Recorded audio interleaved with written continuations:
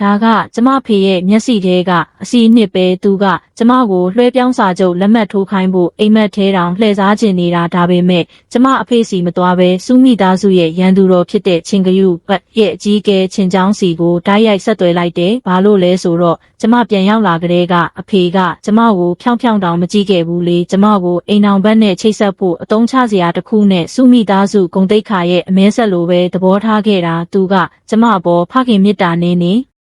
လေးမမပေးခဲ့တော့ကဘာပြက်ကတ်မတိုင်ခင်သူ့အတွက်မျက်နှာထောက်ထားစရာအကြောင်းမရှိတော့ဘူးစူးတခင်မလေးဘာကိစ္စရှိလို့လဲစူးကယူရဲ့ရှယ်ယာ9%ကိုဈေးကွက်ပေါက်ဈေးထက်20လျှော့ပေးမယ်ငွေသားပဲလက်ခံမယ်ချင်းတထေးယူရဲလား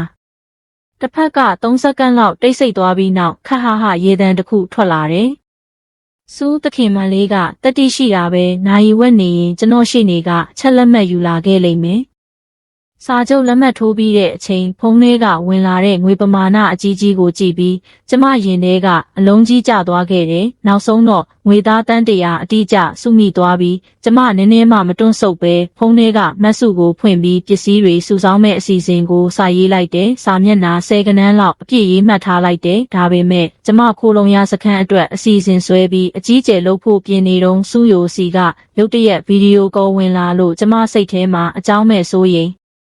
စိတ်လေးဝင်လာတဲ့စူးမိသားစုအခုနေတဲ့ခြံဝင်းကမြို့လယ်မှာရှိတဲ့ခန်းသားပေမဲ့သတင်းပေါက်တွေအရန်များပြီးအပူထိန်းနိုင်စွမ်းအရန်ညံ့တဲ့မီးပြက်ဂက်စ်ပြက်သွားတာနဲ့ရေခဲတိုက်ကြီးဖြစ်သွားမှကြောက်မီးသွေးတန်ချီပြီးခိုးဝက်တူလောင်ဖို့ဆိုတာပိုတောင်မဖြစ်နိုင်သေးတယ်။အဲ့ဒီအချိန်မှာကျမရုတ်တရက်အဖေနာမည်နဲ့တောင်ခါးပန်းမှာစွန့်ပစ်ထားတဲ့အိမ်အဟောင်းတစ်လုံးရှိတာကိုသတိရလိုက်တယ်။မြေနေရမြင့်တော့နင်းပိတ်မိမှာမပူရဘူး။နေရန်တွေကလည်းအရန်ထူတယ်။အဲ့ဒါကိုတွေးမိတော့ကျမစိတ်နေအေးသွားတယ်တတိယမြောက်နေ့မနက်စောစောမှာပဲအမွေဆက်ခံခွင့်စွန့်လွတ်ကြောင်းစာချုပ်ကိုအဖေစီပို့လိုက်တယ်။ရှယ်ယာနည်းနည်းလေးပြန်ရတာနဲ့အိမ်ခွဲကျင်နေပြီလား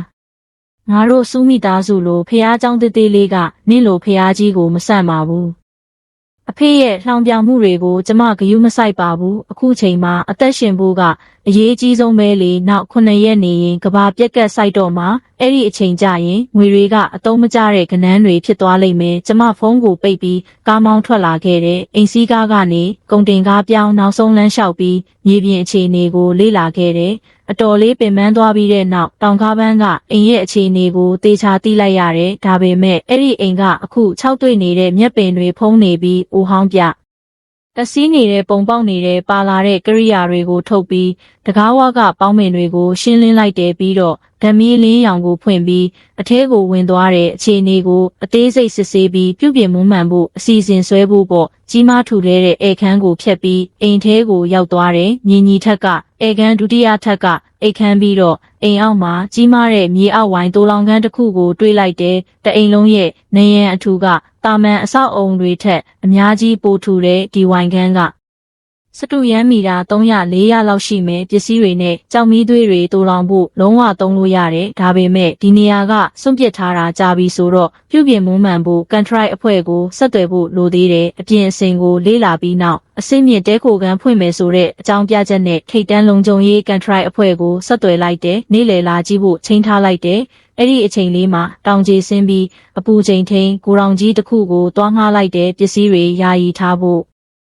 နေရာအနေနဲ့ပေါ့နောက်ပိုင်းပစ္စည်းတွေတိုးလောင်ရတာအဆင်ပြေအောင်လို့ပါအင်ရှင်ခြံထဲမှာကုန်တင်ကားကြီးတစ်စီးရပ်ထားတာကိုလည်းတခါတည်းငှားလိုက်တဲ့ပစ္စည်းတည်ယူပို့ဆောင်ရေးအခက်အခဲကိုဖြည့်ရှင်းဖို့ပေါ့နေ့လည်စာစားပြီးနောက်ကန်ထရိုက်အဖွဲ့ကခေါင်းဆောင်2ယောက်ကိုအိမ်စီခေါ်လာခဲ့တယ်သူတို့တပတ်လောက်လှည့်ကြည့်ပြီးထူထဲတဲ့နေရန်တွေကိုကြည့်ကခေါင်းတင်းငိမ့်လုံနေတယ်ပုံမှန်ဆိုရင်အနည်းဆုံးလောလောက်တော့ကြာမယ်ကျမငွေ3ဆပို့ပေးလိုက်တယ်အဓိကတအိမ်လုံးကိုအပူထိန်းလွှာလုပ်ဖို့နဲ့မီးလင်းဖို့မီးခိုးကောင်းတိုင်လုပ်ဖို့ပဲသူတို့2ယောက်တိုင်ပင်ပြီးနောက်4ရက်အတွင်းအခြေခံပြုပြင်မှုတွေပြီးအောင်လုပ်ပေးမယ်လို့ကတိပေးတယ်မှန်တွေကို3ထပ်ပါလေဟာနဲ့ကြီးကားမှန်တွေနဲ့လဲပေးပါ